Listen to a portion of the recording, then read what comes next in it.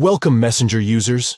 In this full guide, we'll show you how to change when Messenger is automatically locked. Let's dive right in. Step 1. Open the Messenger app on your device. Look for the familiar blue icon with a white lightning bolt. Step 2. In the top left corner of the screen, you'll see 3 stacked lines. Tap on them to open the Messenger menu. Step 3. Now, locate the gear icon in the top right corner of the menu and tap on it. This will take you to the Messenger settings. Step 4. Within the settings, look for the Privacy and Safety option. Tap on it to access the privacy settings.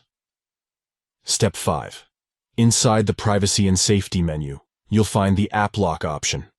Tap on it to proceed. Step 6. To enable biometric unlocking, toggle on the Unlock with Biometrics option. You may be prompted to scan your fingerprint to set it up.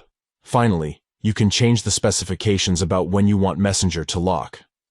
This could be based on time or when you close the app. Adjust the settings according to your preferences.